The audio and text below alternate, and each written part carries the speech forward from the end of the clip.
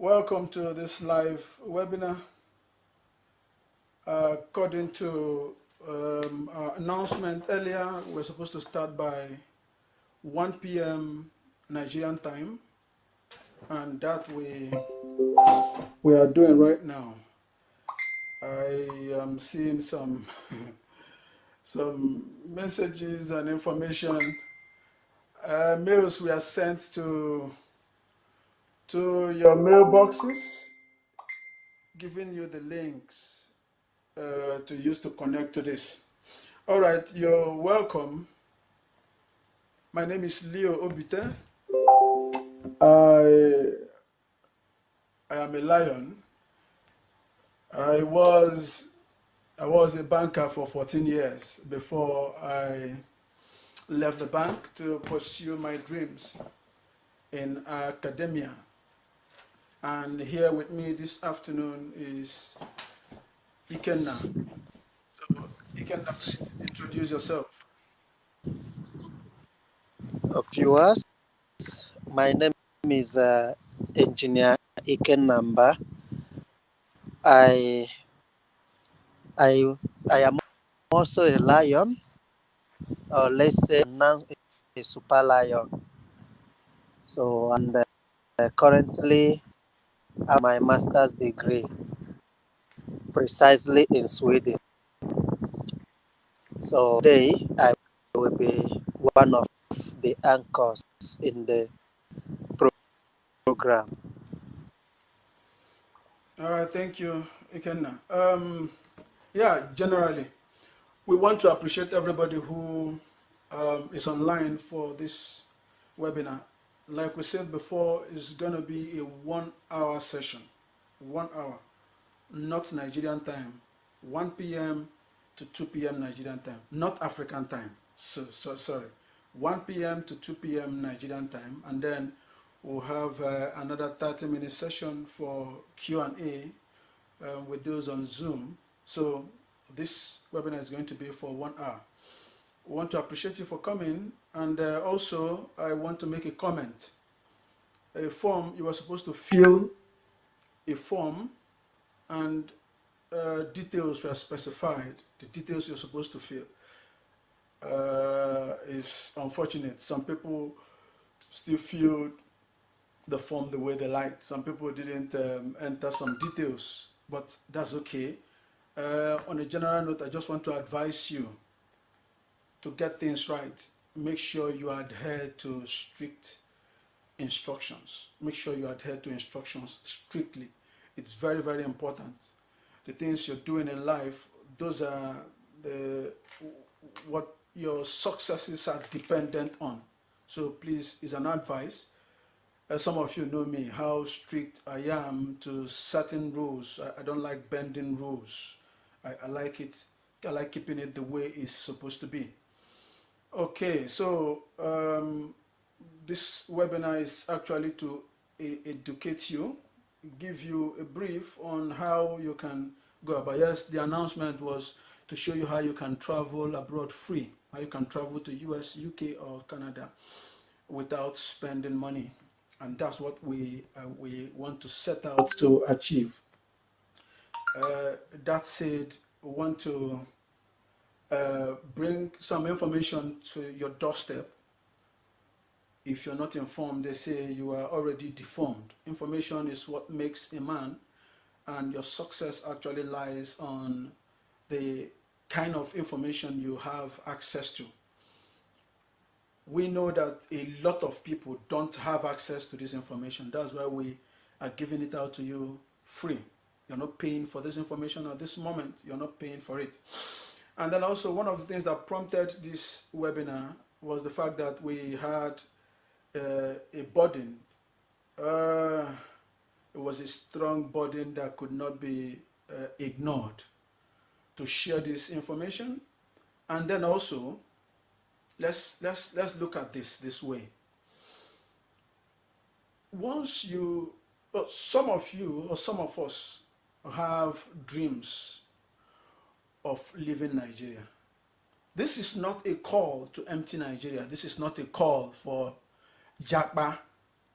The Nigeria that is bad today we need to stay there to fix it. Everybody needs to, every hand needs to be on deck to fix the Nigeria that has gone as bad as it is. It's our collective responsibility. Nigeria is already the rock bottom, and by 2023, if we don't do the right thing, we're going to go into the mud. I'm not a prophet of doom, but I'm just stating a simple and truthful fact. So this is not a call to empty Nigeria. After all, those of us who travel out of Nigeria, we're supposed to still come back and make Nigeria better with things we have seen abroad. And then secondly, almost all of us participating in this webinar today, we are doing so from the city. Most of us are not in our villages. So you've actually left your village and you're in the city trying to make your life better. The same way you've gone to the city to live, some people desire to even leave the country Nigeria to some other place in Africa. Some people want to leave the entire continent of Africa to go somewhere else. It could be somebody's dream. There is nothing wrong in doing that. And I also know there are some people, when they set their hearts to travel out of Nigeria, there is nothing else meaningful they can do in Nigeria, if not that they travel. So we want to give you some bit of information that could help you perhaps achieve your dreams. Now, you also realize that once you are outside Nigeria, a lot of things become easy. A lot of things. There are some subscriptions you want to make now while in Nigeria. They will tell you, oh, this is not available in your region. There are certain payments you want, even though you have the money, you can, okay, for instance, you cannot use your card to make payment on a foreign website beyond $20 if you're transacting with a Naira card, unless you have a dollar denominated card. Even your dollar denominated card, it doesn't work everywhere abroad. Yeah, I've had that experience. So you discover that once you step outside Nigeria, a lot of things become easier for you. Another thing too is the rates of rejection Nigerians face at the American and Canadian embassy is actually alarming. I learned now that when you're applying for an American visa, it takes you about a year and a half or so to get an appointment. It's crazy. It's crazy. Again, a lot of us have also been scammed trying to travel to Canada or US or anywhere. That's not acceptable. Then also, we have, most of us studied from primary school to university or secondary school, wherever you stopped. You studied in English. Britain colonized us and forced their language on us to speak English. Now, when you want to travel to some of these countries, they now tell you to come and write another exam, IELTS, TOEFL, and all that. Some people see it as a scam. And they now make the exam so difficult that a lot of people fail, you come back. And the money, not be small money, some of these things are not acceptable. Then again, we also have discovered that, for instance, if you studied a course, say engineering, and then you find yourself in an insurance company, and then you have experience in insurance, no matter how long it is, 5 years, 10 years, 20 years, and then you want to further your studies in engineering in places like the US, most schools in the US will not accept you because your background is in engineering. They want you to study in the area where you have experience.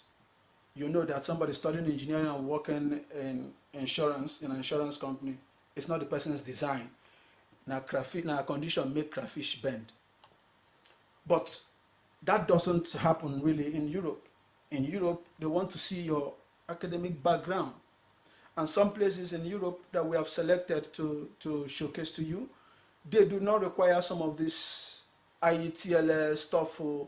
They just want you to prove to them that you studied, you had your secondary school and perhaps your university in English. or another language that they want. Once you're able to establish that, you don't need any exam to start proving anything because you had written exams in that language and that shouldn't be a problem. So that is one difference between Europe and US and Canada. Some schools there. I learned some schools in Canada have started shoving that idea of IETLS. All right, so this webinar, we actually have sections of it. Today we are going to have, let me make this analogy. It's like there is a church somewhere or a charity organization that is distributing free food, and we have the address as number 18/20 Igwe Street, Woji, Port Harcourt. The charity organization is distributing food. Now we have the information. We are coming to tell you today, we are coming to tell you so organization is distributing food, and their address is at number 18/20 Igwe Avenue by Railway Crossing, Woji. It's left for you to now go there, locate the address, find the organization, and then queue up to get your own food. After this, by September, we're going to host another webinar, and that one will be like, we will now take you, not just describing the place to you, we'll take you by the hand and take you to the organization and then show you this is the organization. They have eba, they have rice, they have this. This is the queue. If you want to eat eba, this is the queue. If you want to eat rice, this is the queue. Perhaps show you the person who is running the organization. And then some other time, at a later time, we're going to have another webinar whereby we ask you, do you have strength to go for the free food? You say, no, I don't have strength, but I really need the food. We'll say, okay, stay in your house. We now go to the organization, get the food, and bring it for you. But what we are doing today is the first category I just described. The second and third category, my brother, is not going to be free. We have spent money to put up this webinar to help you. But the information we're going to give you today is enough to take you to locate the organization and get the food you want. All right, that said, we have also 3 categories of people that could benefit from this webinar. The working class. The working class is the group of people who wish to travel out of Nigeria with their skills. They have a skill and are able to connect with an employer abroad and then either start working from Nigeria or the employer sponsors their relocation. Either way. Then the second category is for those who are hustling. Those who are hustling. You just want to travel abroad. Anything what they do there, you go begin to. That's second category. And let me pause here. The second category mostly are the categories that travel to Europe on foot. You know what I mean? Travel to Europe through Libya, through Niger Republic. We want to tell you and discourage you from doing that. That route is a death trap now, and it's an illegal route. It has been banned by the United Nations. It has been banned by the European Union specifically. And it's like, it's a crime you're committing when you're passing through there. I've had the privilege of interacting with some people who have landed, found themselves in Italy. They successfully crossed over. But the stories they told me were harrowing. I know some of them, if they had told them that they are going to pass through exactly those things they passed through, they would never have ventured into it. I also understood that a larger percentage of those who started out on that journey never made it to Europe. They never made it alive. Some of them ended up in the deserts. Some of them ended up in Libya in a camp. Some died out of exhaustion, some out of hunger and thirst. Some of them died out of severe beatings. And then finally, some died in the Mediterranean Sea. You know what happens there is that when you get there, you're kidnapped. Basically, that's what happens. You're kidnapped, and then your people are called to send ransom. If your people don't have enough to send, sorry for you. And then when you buy your freedom from one group, they hand you over to another group. You buy your, that's how you keep doing until if you are alive and eventually get to the last spot, which is the group that will transport you across the Mediterranean Sea, and you're able to now enter and cross, then you have crossed over. But I tell you the truth, I will not wish anybody to venture into that. It's too dangerous. It's too dangerous. Right, so the third category. For those people, there is actually a proposal. The thing you should do is, there are some countries around the EU you can travel to by flight. You travel to, then you get yourself into EU. What people do basically is, however you do, you find yourself in the European Union, you seek for asylum. These are for hustlers I'm talking about. You seek asylum, and then you're being granted asylum is also under probability, because it's not certain. It's not 100% certain. They need to listen to your story. Where are you coming from? What is pursuing you? What documents do you have? And a whole lot of things. In our masterclass, we're going to explain a lot of details concerning this and the processes you need to take to make it safely, not through Libya. There are some other cheap destinations you can fly into and then move into EU. Some people have actually done that. All right, so the main category we'll be focusing on today is the student community. The student community, especially those who want to come for their masters in Europe. And for now, the select countries we are presenting to you are Norway, Sweden, and Germany. In Norway, you can study without paying tuition. It's tuition free. But then you have to show that you can take care of yourself. You have to show that you have enough resources to take care of yourself, because they won't allow you to study free and then they still feed you. That's their own policy. It's tuition free, but you need to show them that you can take care of yourself. But we know if you find yourself there, you should be able to hustle to take care of yourself. And the second place is Germany. Germany is similar to Norway, but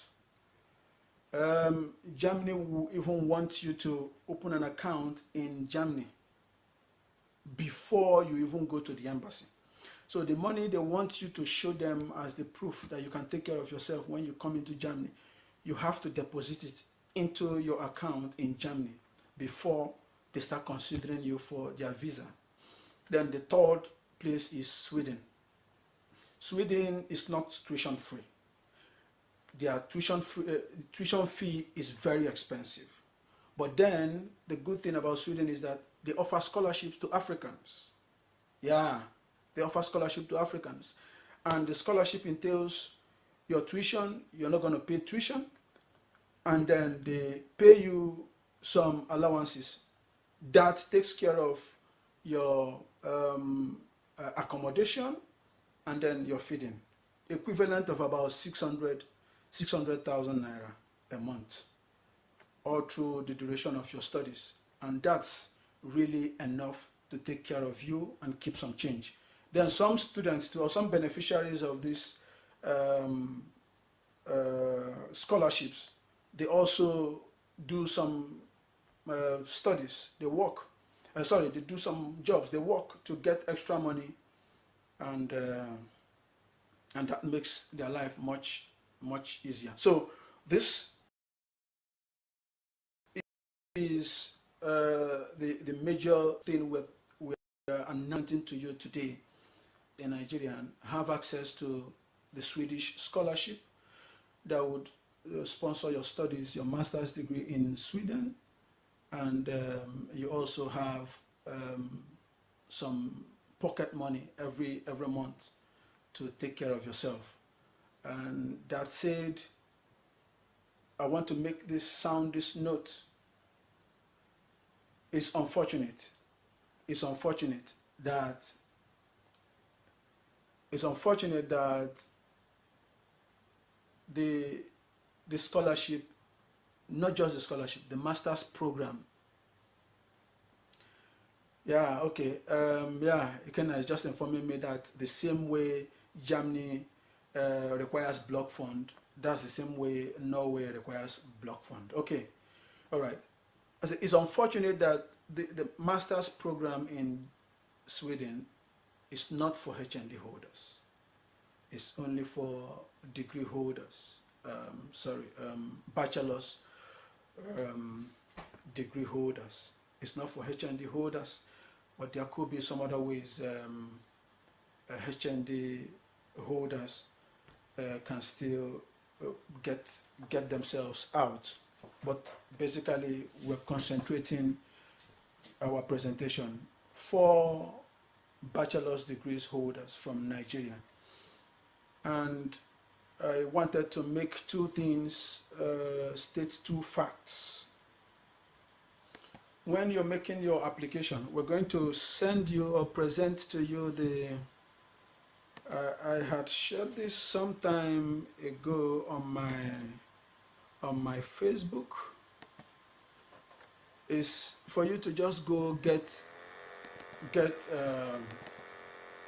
apply for the admission.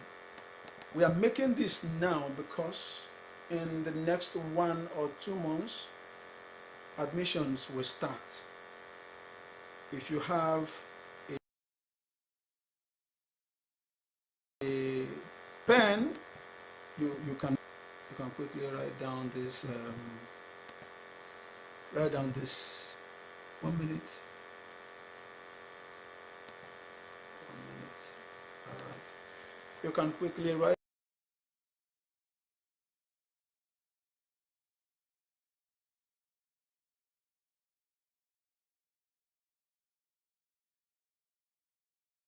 down this website. It's a myriad of courses and schools you can choose from. A whole lot you can choose from. So www.universityadmissions.se.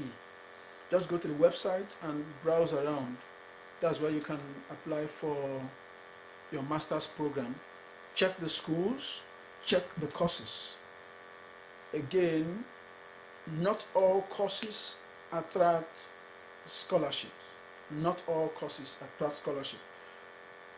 In the master class, we're going to give you every detail you would require for a successful application, both for the master's program and for the scholarships.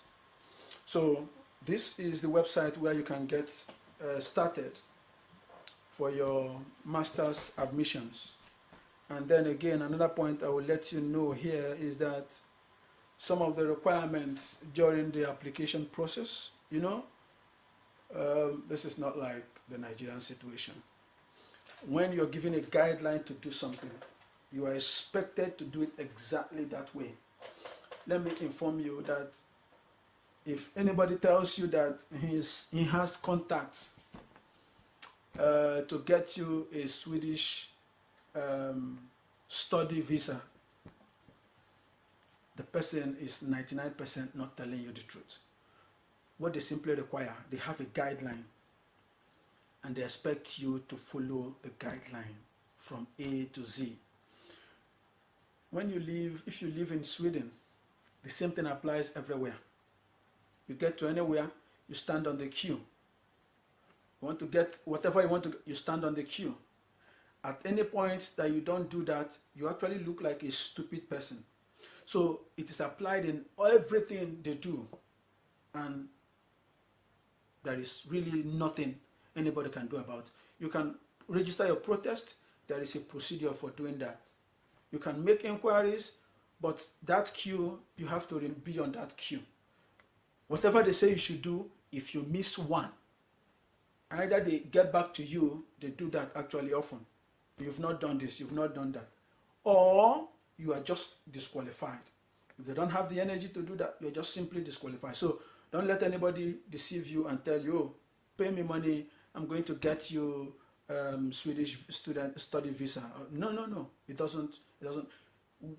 the best anybody can do for you is to tell you exactly what you should expect, exactly what you're supposed to do, or guide you to do what you're supposed to do.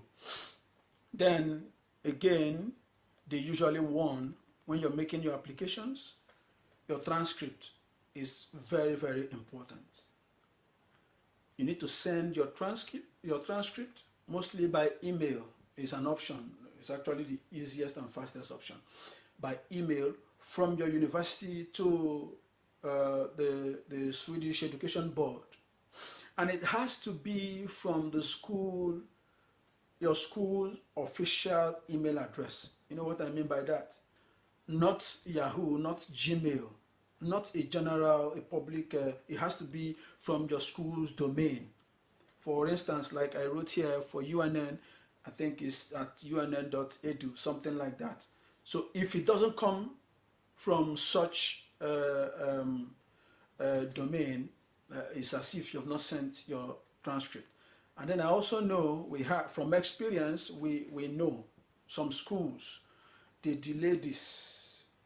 To send your transcript, you have to do a lot of follow-up. So it's advisable when you start your application, immediately you start your application, make sure you've started following up on sending your transcript so that it gets to the Swedish board on time.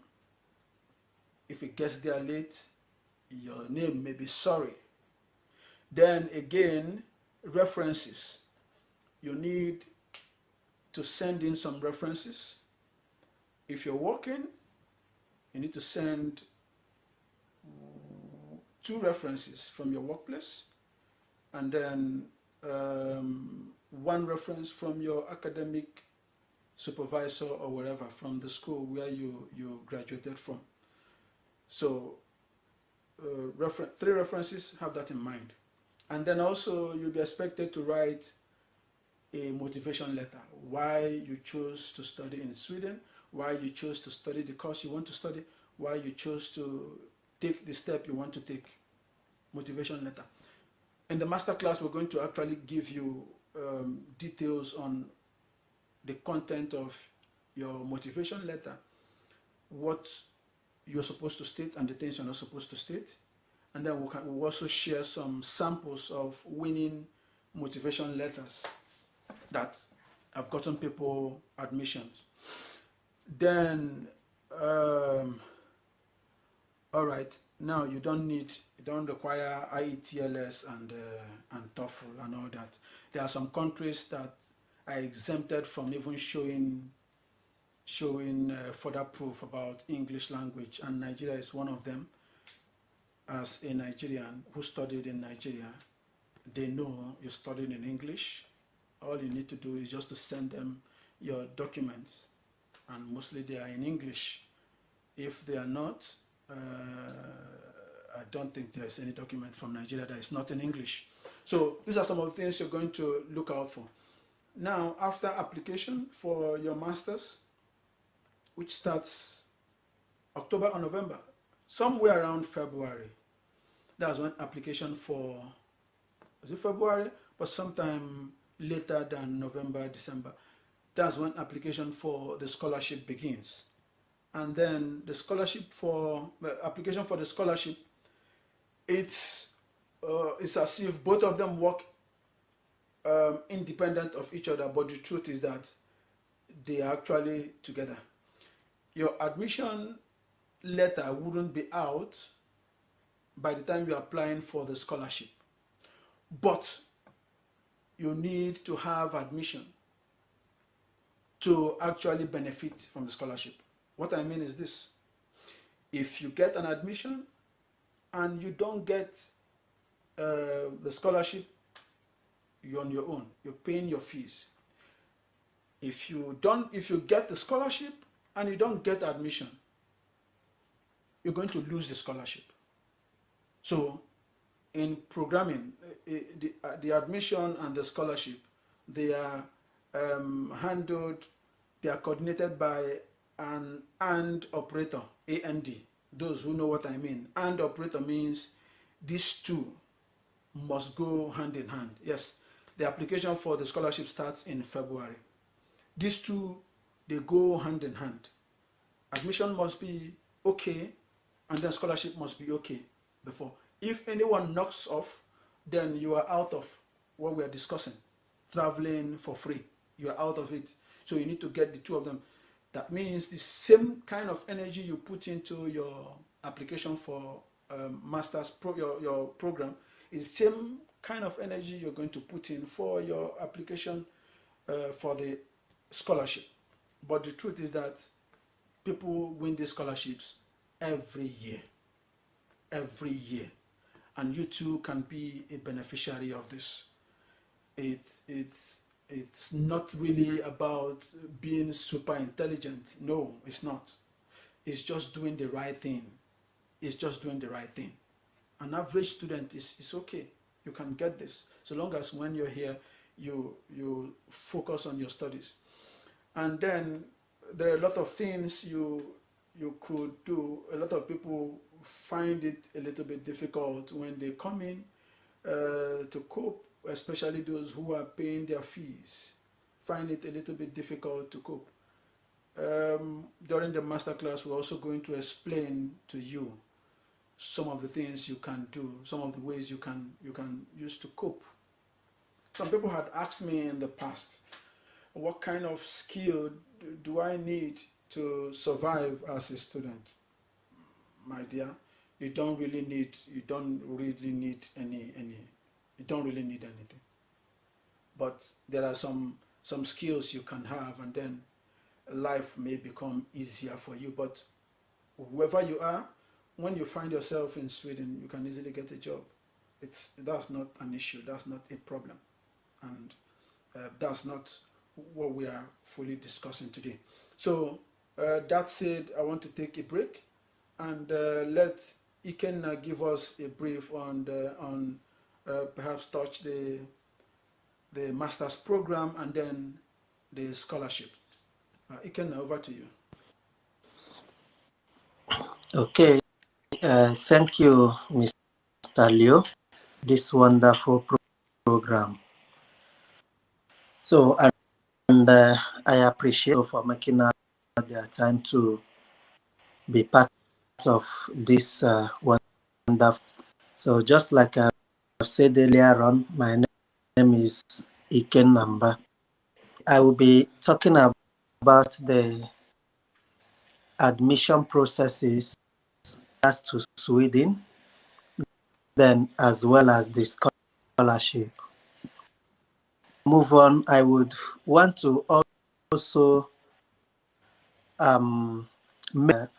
fortunately enough, I was a beneficiary so-called scholarship 2020. We had the COVID, so we graduated this year, and it's me share with you all the processes need to do and what need not to be done. For instance, starting with the admission, just as my friend, the website, you know, Sweden runs a some processing similar to Nigeria. In Nigeria, we have JAMB there. If you want to apply for admission, you have to write JAMB exam, then probably write the screening for yours, and then you gain admission. So in Sweden, there is also in charge of giving admission, and their name is University, and their website is as seen on the screen, www.missions.se. Unlike I expected to register for JAMB and write your exams for bachelor or straight through the school for your master's and PhD. So unlike that, you don't write any exam to be given admission. All you need to do is answer submit the necessary documents. So many documents you need when applying for an admission. And I must that the documents required for the admission are just different for the scholarship. So, for example, apply for your master's degree program in Sweden through you are expected, just like Mr. Leo rightly said, finished your bachelor's degree or at least be in the university. So, which simply means that you need, excuse me,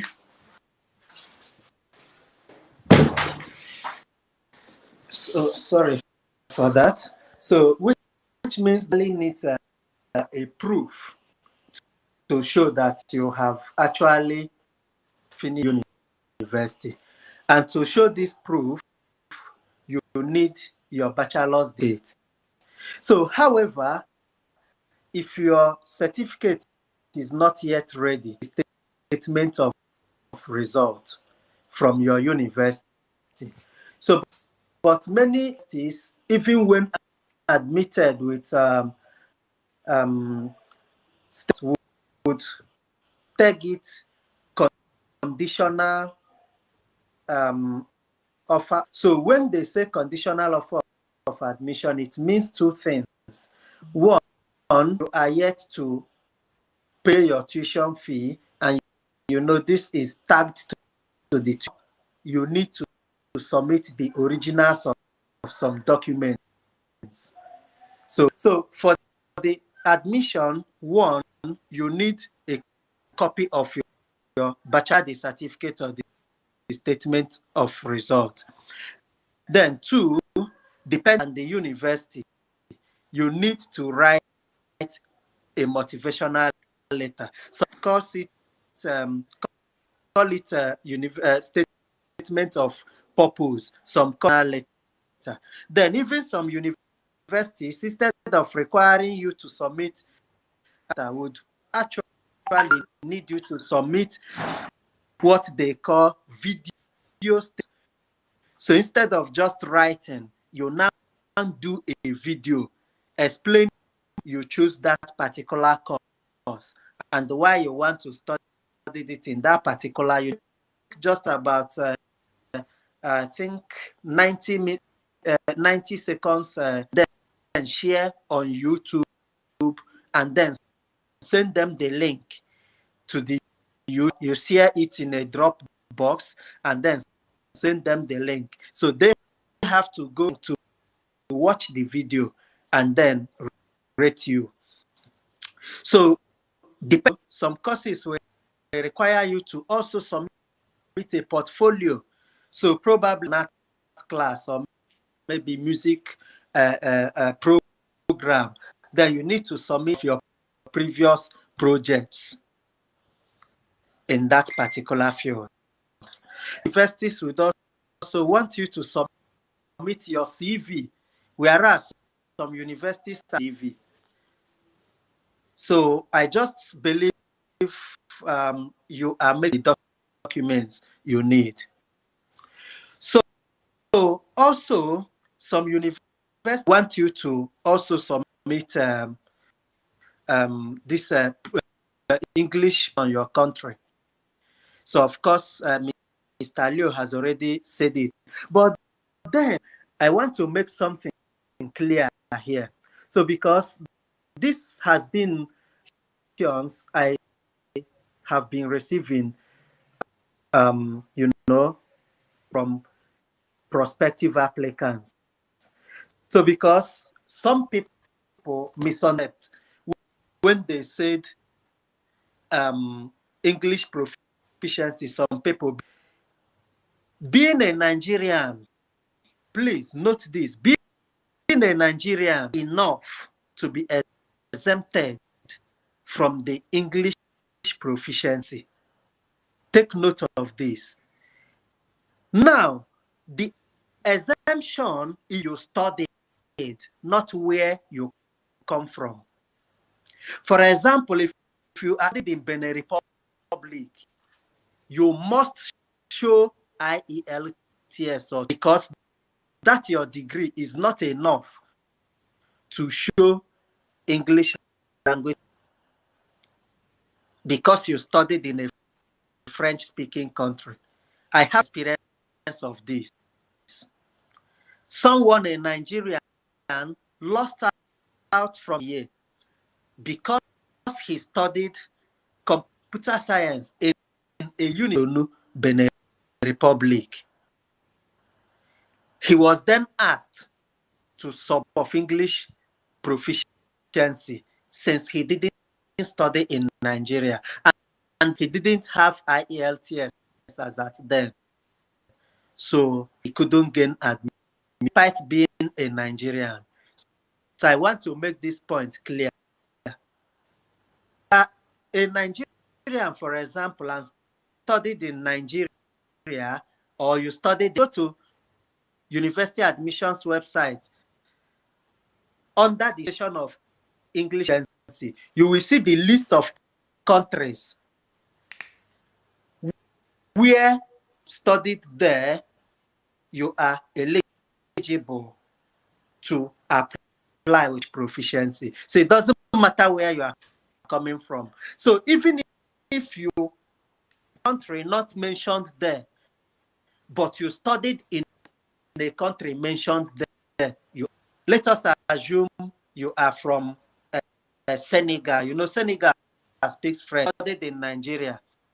Studying in Nigeria already qualifies you to submit IELTS because they assume that teaching in Nigeria is being done in English language. So for you to have graduated command of English language, that is the assumption. So it is important. And then this is also where the need comes in, because your transcript is there to serve other than the country where you said you studied. So which now means that your the main aim of the transcript is to use it for English proficiency. So, but then, you know, the scholarship, if in the admission process, is now becoming competitive, which now means, besides that, they now go further to check your course. So, but initially, it wasn't so. Initially, the transcript to prove that you studied in the so-called country where you said you studied. These are the documents you needed, you need for your admission in Sweden. So of course, when you go, you will also see that they have what they call general requirements, specific requirements. And then it is important for you as an applicant to find both the general requirements and the specific requirements. It is just like what everybody is expected to, you know, the requirements everybody is expected to meet. So just like having a degree, because irrespective of your course or the university, you are expected for you to do your master's. So that is a general requirement. The English language general requirement, because irrespective of the course you want to do, it is expected to understand English, since the mode of teaching will be in English language. There are some requirements that are specific to the course you choose or to the. For example, when I mentioned statement of purpose, views, and all that, they are all specific requirements. And even want you to have a certain credits in a certain subject. For example, environmental toxicology will tell you that you need to have at least ECTS in chemistry, and then maybe about 30 or 60 ECTS. So if you go through your transcript and count all your biology that they didn't meet this 60 ECTS, that means you are not qualified, because if you do, you will be rejected. So it is not enough having the general requirements and meeting some other specific requirements. You also need whether there are some courses you need to do to be eligible for a certain course. One of the reasons why many people have been denied admission, because studied microbiology, so I should be qualified to study environmental toxicology. Then when the admission board checks, they will see that even though then probably the chemistry, the total ECTS in chemistry in your bachelor's might be, let's say, 12 ECTS in all, but the ECTS, which means by that alone you are disqualified. They might, yeah, okay, you meet the requirement for chemistry. Okay, let's now. So you are supposed to meet 60 ECTS in biology. I need to see you studied just about 45 ECTS in biology alone, you are disqualified. So you won't be given admission in that particular. So when choosing your courses, take note of the documents you need to submit. Two of the specific requirements, like course you need to pass in your bachelor's before you are qualified to do that. This is very, very important. So this is it for the admission process. Scholarship, of course, in Sweden, we have scholarships. The first one, which everybody wants to get, Swedish Institute Scholarship for Global Professionals, as SISGP. Then, besides other scholarships which you can get, then this particular second from your university. So the only difference between these two, SI is fully funded. They handle your tuition fee, pay you a traveling allowance where you travel from your home country to, so pay you monthly for your living expenses. So most of them are usually towards tuition fee. So some universities might tuition fee waiver, which means you are not expected to pay tuition. You have to cater for your living expenses. Then some will give you discount in tuition fees payment. Some will give you 75%, some will 5%. So which means, assuming you are giving 50% discount, then that means if you are supposed to pay 70,000 Swedish, then you are expected to be paying 35,000 only. Already covers 50%. So, but many get, they always want to this SI, which is way too competitive, that they forget about that exists. So, but then people do get this SI. I got it. I came to Sweden here through SI. So many need this year, last year, other years, and even next year, many people will still get it. It's not impossible. Anybody can get it. So, but then they need to meet some specific requirements which you need to meet, you can stand a high chance of getting this SI scholarship. Your work experience is important. Then people usually get confused here. So when they say work experience come from an employment, it can also come from self-business or personal company. So it is either from your personal business.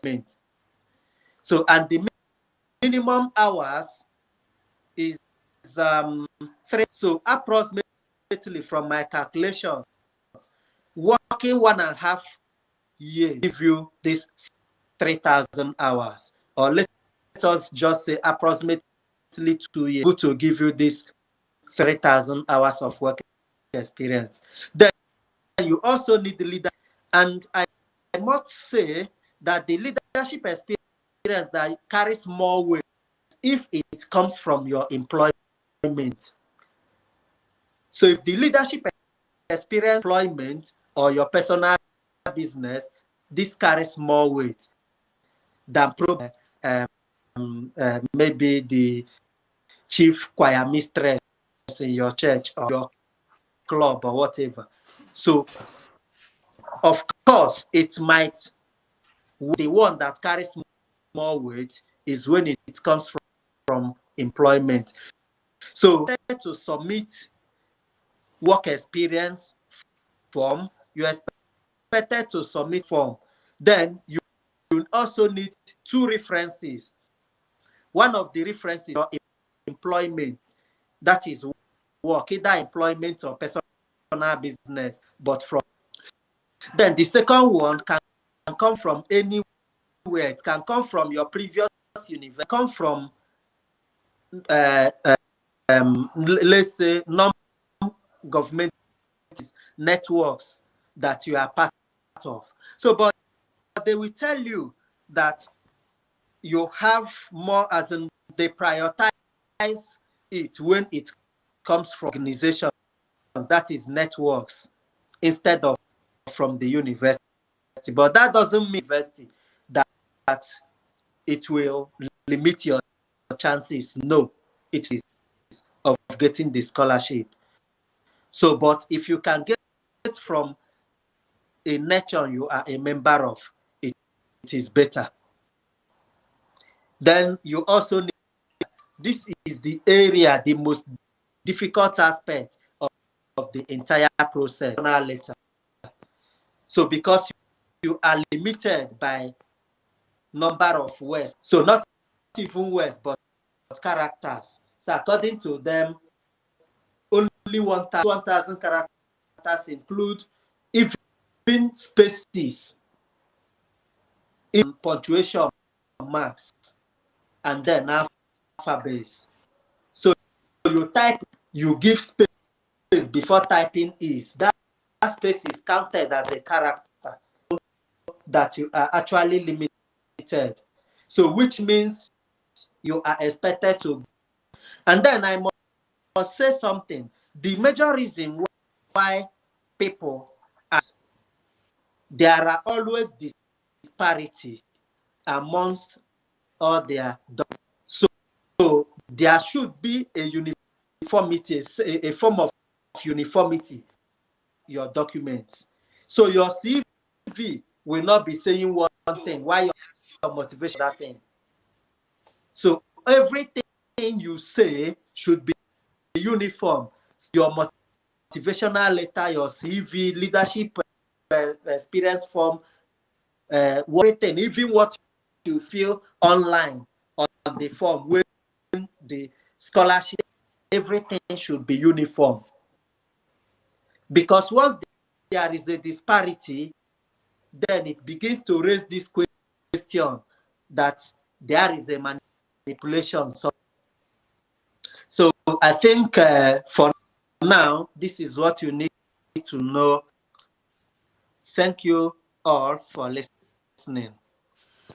Yeah, let's give it up for Ikenna. Ikenna, thank you very much for this breakdown. Um, we are winding down now. I In brief, you've gotten a summary of what exactly you need to do to be able to access the scholarships, to be able to travel out of Nigeria for free. Yes, for free, without spending any of your money. All right. Subsequently, we're going to host a masterclass, another webinar where we will now give you, he has even gone into some details, but I assure you there are a lot you need to do to actually get it right. We're going to go into details of how what you're expected to do in each step. It's like taking you by the hand, like I had illustrated, taking you by the hand to go and show you where the organization is giving the free food. This is actually free food. This is free education plus free food. That's what it is. So we have told you that there is free food somewhere now. So subsequently, we can tell you, take you to show you where the free food is distributed, and then show you exactly what you need to do. We have given you enough information to actually do this yourself. Yes, the information you have now, you can actually do this for yourself, but you need to settle down and learn a lot of things yourself. It is already 3 p.m., rather 2 p.m. As we promised, this was going to be for 1 hour. I want to thank everybody for joining in. A lot of people are sending messages, they are having issues joining in. This video will be made available for you on our channel. We're going to announce later when the other webinar is going to take place. But the truth now is that one is not going to be free. It's not going to be free. We have given you the free food now. So you can go and take it and enjoy yourself. Subsequently, we have another webinar. And after that, the people who belong to, who subscribe to it, occasionally we'll come together and review, have a progress report and review what we are doing and how it has been going. I want to thank you very much for your time, and perhaps we'll connect somewhere that is not in Nigeria. I want to also wish you a great and wonderful election so that Nigeria will be better than it is now, so that people can also come and study in Nigeria for free and get scholarships. And that is the prayer we are praying. Even if they don't get scholarship, let those of us who are there have something we do that will make our life better. You actually need to step out of Nigeria to see what is happening and know what is happening. So I wish you every success. For those of you who will be working on your own, I wish you every success. Those who would want to join the masterclass, go back to our website and just click on the registration portal for the masterclass, and get yourself registered. It's actually very, very, very affordable. It's not something you cannot do. It's very, very affordable. Just click on the masterclass registration portal and then get yourself registered. We'll send you the information you need, and then we will start holding classes and meetings to ensure this one is not just, we're going to ensure that you do everything from the beginning to the end, and we'll stand by you until you get your admission, and then also walk you through getting a scholarship. But then the scholarship is not a guarantee. But if you do everything we'll tell you to do, then you stand a very, very, very high chance of clinching the scholarship. The people who got it are not better than you. They are not. So you too can get it. All right, so for now, I want to say thank you very much and God bless you. Yeah, have a wonderful Sunday. Bye-bye. Ikenna, let's also thank Ikenna for coming for the program. Ikenna, we appreciate you. and we say God bless you real good. Would still have some other time and sessions for this kind of interactions. So thank you very much and God bless you. So bye bye. Bye bye. Yeah. Thank you all for coming. Okay. Goodbye.